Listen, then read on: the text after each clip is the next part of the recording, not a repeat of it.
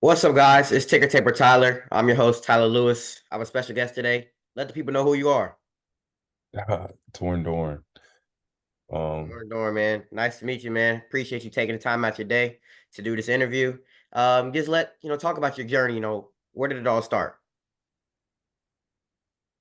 man, um, it started here in Charlotte. It's kind of crazy. I'm back here now, but it all started here. I'm assuming with the sport of basketball, it's taken me a long way, but it started here playing locally at Piedmont Middle School, at Vance High School. Yeah, Took me to Charlotte, NC State, around the world. Now with the Utah Jazz. So. Um, it's just been a super interesting journey, and I honestly don't even know where to begin with answering that question, bro. Mhm. That's awesome, man. Just to show the different levels and of basketball that you've been in. And then now talking about now, with the Jazz. I know last year you were with was it with Salt Lake City, as a player director of player development, and Yeah. now I believe you moved up to the Utah Jazz, um, as a video coordinator. So just showing somebody from Charlotte just like me and showing like where you've been and where you are now. It's inspiring for sure.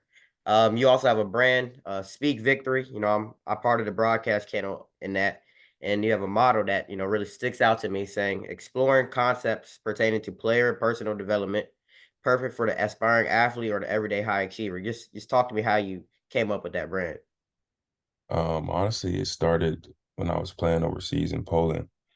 I it was just a tough time for me, bro. It was a really rough time mentally, spiritually. I was kind of alone. I never lived that far from home, and to cope with it, I just started journaling. So I'm writing, writing, writing. Just things that inspired me, things that I was feeling. And then probably like 3 or 4 months into just writing into a journal, I said, you know what, like my time, this is helping me. I'm getting better as a result of it. Like maybe I could help somebody else. So I titled the journal Speak Victory, and then I started publishing, all the things that I had written.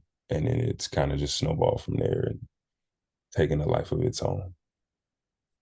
That's what's up, man. And like I said, I look at it, every chance I get to help me get throughout my day or whatever it is, I share it with people that I'm close to. So you're doing your part with that one for sure.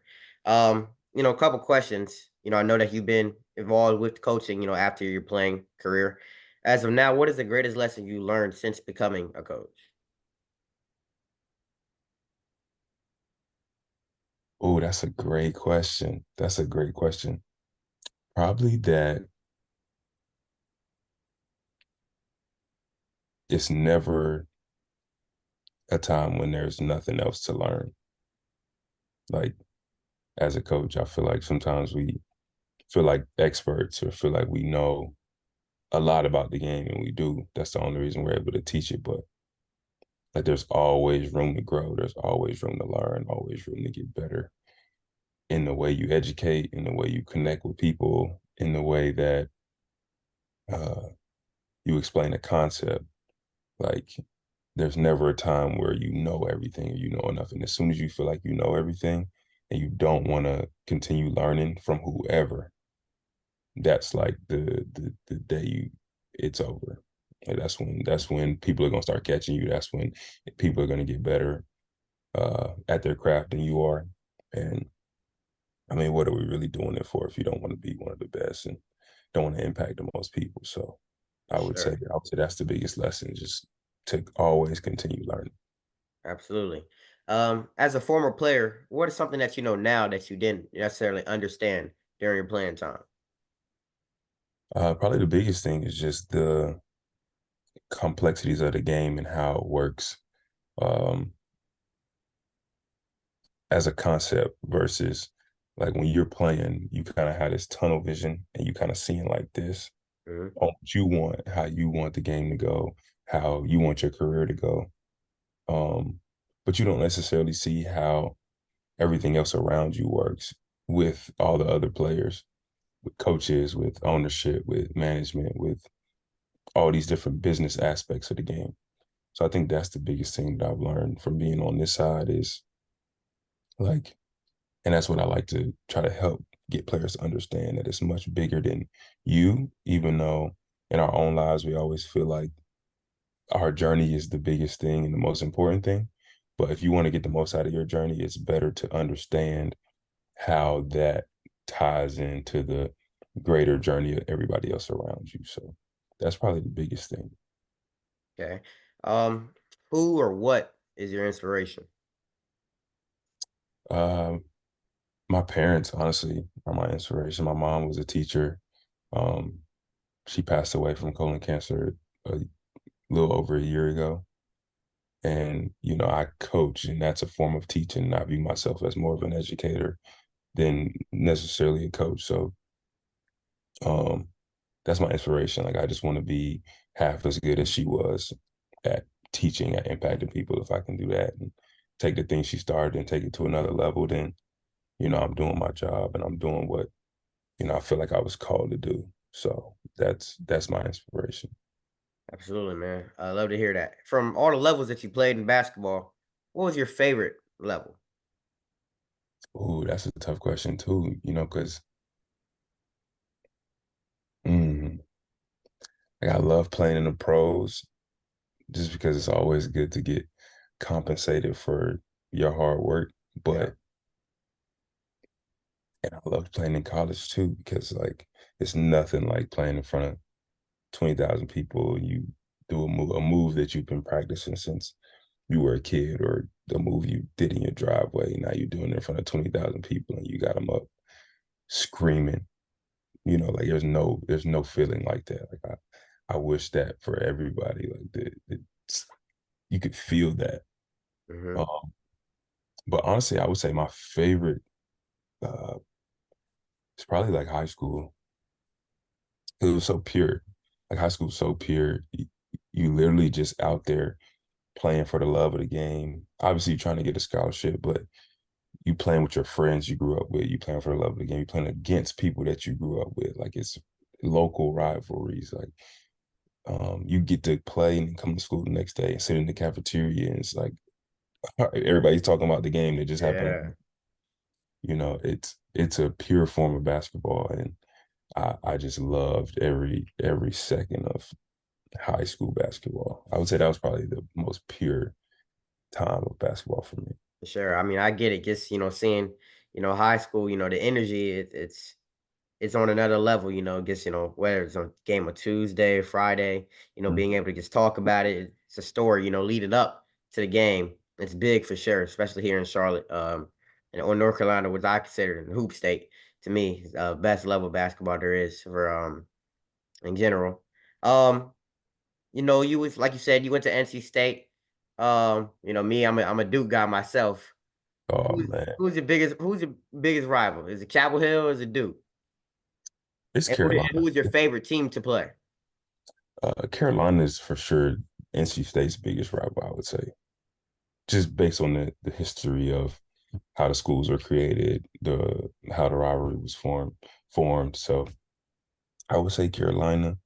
Um, they were my favorite team to play just because. uh, no, actually, I lied. Duke was my favorite team to play. I Okay. liked Duke more than I liked playing Carolina, but there's close seconds. Um, and Duke was just, I feel like I had more explosive moments and explosive games against Duke. And like I always kind of wanted to play against Duke as a kid.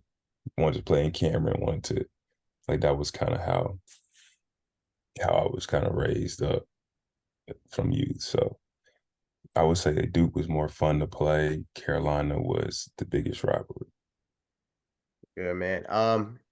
In your playing time, college, pros, who's the hardest person you've had to guard? Ooh, that's a tough one too. It's been a lot. I'd probably say, oof, college probably Zion Williamson. Freak, man. Possible to guard, yo. For Like sure. he's either too big, he's either bigger than you or faster than you. Like it's just he was a matchup nightmare. There's nothing we could do, to be honest.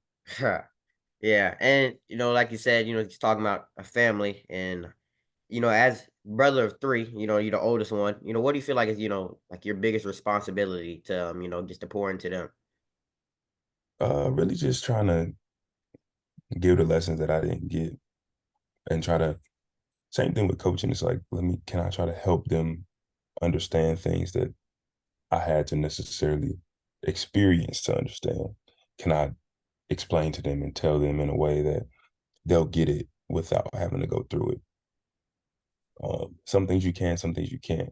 But there's certain little nuances and lessons that, like, okay, if I can give you the cheat code and Yeah, allow you to be a little more advanced in your development, then like let's do that and let's try to do it in the most efficient way possible. Obviously, there's times where you got to experience, you got to bump your head, you got to make mistakes. But if I can get ahead of the curve and help them get ahead of the curve, then I feel like I'm doing my job. that's awesome. And lastly, here we'll do a couple of I call it ticker tape questions. Gives a little bit of rapid fire. So we're gonna start off with favorite movie. Ooh, you asking good ones now. Shoot, it's changed. I like so many movies. Probably, can I give you a couple, or do For I got to give sure. you one? I can give me a couple. All right, as a kid, it was like Mike. Okay. Um, then it was Free Willy. I've never Fine. heard of that one to be. I ain't gonna lie to Oh my God, yo. We gotta, oh my, these generations are crazy. you. Watch Free Willy, bro. When you get time, go watch Free Willy. Do your homework on Free Willy. All right. Um, and as I got older, it's probably Django, Wolf of Wall Street, and the whole Iron Man series. Yeah, hey, them some good ones, especially the Iron Man for sure. So there we go. Marvel Favorite guy. food. And probably nowadays, I would say a good steak. Now, yeah. How you like Growing to up, cook? medium. Okay, my guy, my type of guy right there. What were Good. you about to say? What were you about to judge me on? If I would have said what, were you going to judge me? If I would have said, Rare. I can't do. I can't see all that. No, I don't like that. Medium is good. A little bit of pink, for sure. Keep it juicy. I want pink all the way, pretty much all the way through the inside, and then chart them out. Ah, that's all. It's okay. That's okay. I can deal with that. I respect, respect. Big one. Jordan or LeBron? Jordan. All right. See. Bro, I'm not about to do this with you, bro. This is Y'all, back to y'all don't understand, man. the generational, bro. Are y'all serious? You got to be kidding me. You got to be kidding me. The the Olympic bearer himself. I mean, he's even taking over. Listen, and that's no disrespect to Bron because I think LeBron is like if for me, and this is just the era that I grew up in, and my where it's biased. I'm not gonna lie to you. Like my favorites are biased. Hmm. So my top three, and you can debate them: Kobe Bryant and Jordan and MJ. The only reason I say MJ is because MJ was Kobe before Kobe. Like Okay. MJ Yeah. did what Kobe did, but before him. So I put him first. Like he paved the way for Kobe to be able to play the way he played. My favorite all time is Kobe. Growing up, that's who I wanted to play like, who I wanted to be like. Michael Jordan is like his predecessor. Well, not predecessor, is his, he taught him the way. Yeah. Kobe um, was able to take that and remix it, do what he did with it. So MJ's got to be the GOAT to me, just because Kobe's my favorite. And Okay. then LeBron is obviously like he's obviously the best athlete to ever play basketball. He's the best all around player, like passing, scoring, like all those things. Like Kobe or Mike couldn't pass like Bron. Yeah. Um, but when you get to debating all time, like you got to put winning in there, you got to put records in the finals in there, you got to put all type of different stuff in there. So I'll go MJ then Bron. Okay. Trending question as of lately. Um, what's the hardest sport to play? Football or basketball? Mm.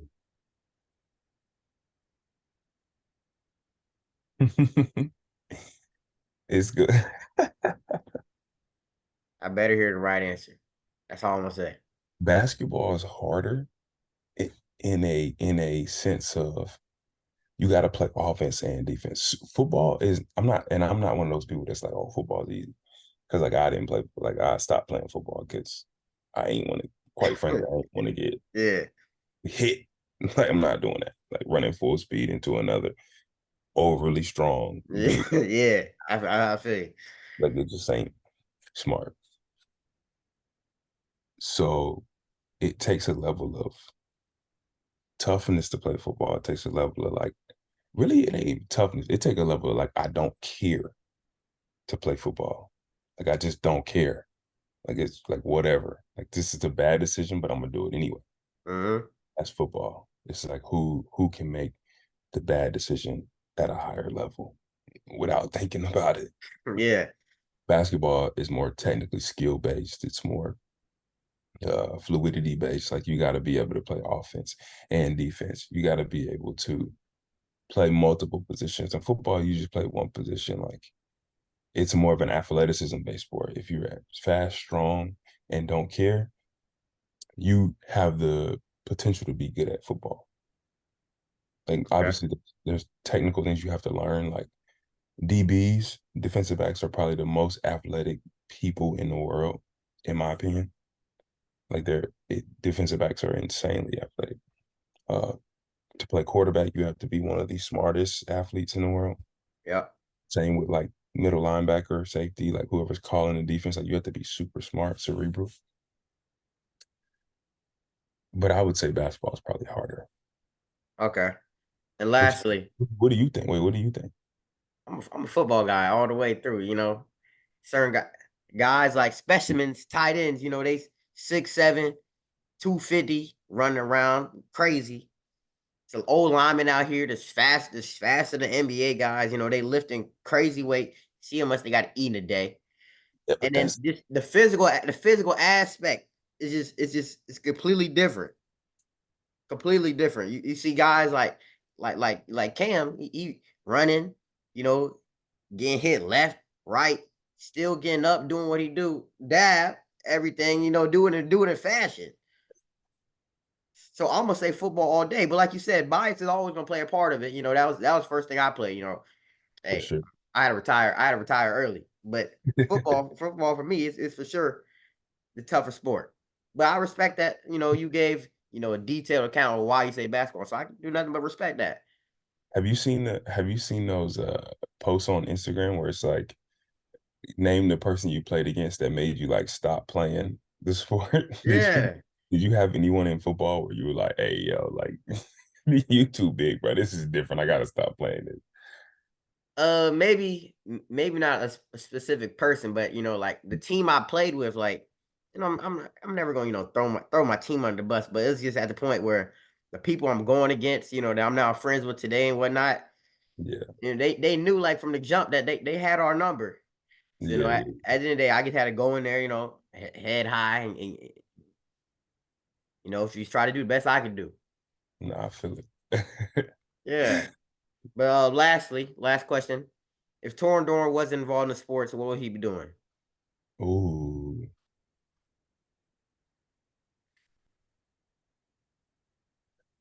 Hmm. I feel like I'd be doing a lot of things. I feel like I would be a serial entrepreneur. Okay. I would be actually if I did like let's say I never did sports growing, I would have probably took a film director track. I probably would have went to film school and I would be a filmmaker. And then I would have been a serial entrepreneur, angel investor, creator founder outside of that. Like as I'm on side ventures, starting businesses, helping businesses grow, um, things of that nature, which is still something that I'm doing and want to do outside of basketball. Like Yeah. I've always been a person who was just interested in life in general. helping people, whether it's basketball or non-basketball, expressing myself, being creative, basketball or non-basketball. So um, it's kind of something that I've always been passionate about, just as passionate as basketball. Like they go kind of hand to hand to me as a person and being holistic, like that fuel that everything I do off the court teaches me how to be a better teacher on the court. And then everything I learned on the court teaches me how to win off the court. So they go hand in hand. It's all brand congruent. So That's great, man. And lastly, just how can people follow your journey and what's the socials? my personal is Torin Dorn 2 on Instagram. Uh you can follow me at Speak Victory on TikTok. But yeah, man, just follow the journey. I appreciate you for having me on to be able to talk about it a little bit. Appreciate you, man, just giving us gems, talking about, what you do, you for sure inspiring. So just thank you. No problem, brother. No problem.